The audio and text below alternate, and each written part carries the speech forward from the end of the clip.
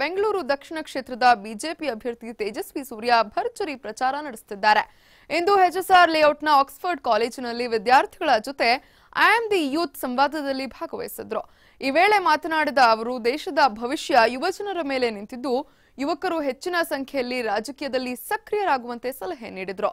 ಪ್ರಧಾನಿ ಮೋದಿ ಯುವಕರಿಗೆ ಹೆಚ್ಚು ಆದ್ಯತೆ ನೀಡಿದ್ದು, ಯುವ ಸಮುದಾಯ ರಾಜಕೀಯಕ್ಕೆ ಪ್ರವೇಶಿಸಲು ಇದು ಸೂಕ್ತ ಸಮಯ ಅಂತ ಹೇಳಿದ್ರು.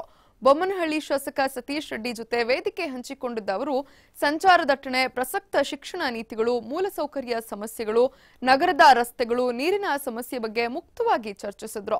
ಜಾಗತಿಕವಾಗಿ ಭಾರತದ ಸ್ಥಿತಿಗತಿ, ಮೇಕ್ ಇನ್ ಇಂಡಿಯಾ, ಕೇಂದ್ರದ ಭ್ರಷ್ಟಾಚಾರ ರಹಿತ ಸರ್ಕಾರ, ಜಿಎಸ್ಟಿ, ನೋಟ್ ಬ್ಯಾನ್ನಿಂದಾದ ಲಾಭದ ಬಗ್ಗೆ ಮಾತನಾಡಿದ್ರು.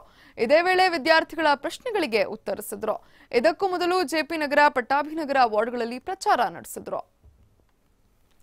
ಎಷ್ಟೇ ಬ್ಯುಸಿ ಇದ್ರು, ಏನೇ ಕೆಲಸಗಳಿದ್ರು, ಫಸ್ಟ್ ಹೋಗಿ ಎಲ್ಲರೂ ತಪ್ಪದೆ ಮತ ಚಲಾಯಿಸಿ ಒಳ್ಳೆ ಅಭ್ಯರ್ಥಿನ ಆಯ್ಕೆ ಮಾಡಿ. ನಮ್ಮ ಸರ್ಕಾರ ನಮ್ಮ ಹಕ್ಕು. ಸೊ ಹಾಗಾಗಿ MP ಎಲೆಕ್ಷನ್ಸ್ ಬರ್ತಾ ಇದೆ, ನಾನು ವೋಟ್ ಮಾಡ್ತಾ ಇದ್ದೀನಿ, ನೀವು ಸಹ ವೋಟ್ ಮಾಡಿ ಈ ಒಂದು ಜವಾಬ್ದಾರಿನ ಸರಿಯಾಗಿ ನಿಭಾಯಿಸ್ಕೊಡಿ. TV5 ಅಭಿಯಾನದಲ್ಲಿ ನಾನು ಸಹ ಕೈ ಜೋಡಿಸ್ತಾ ಇದ್ದೀನಿ, ನೀವು ಸಹ ಕೈ ಜೋಡಿಸಿ. ಎಲ್ರಿಗೂ ಒಳ್ಳೆಯದಾಗಲಿ.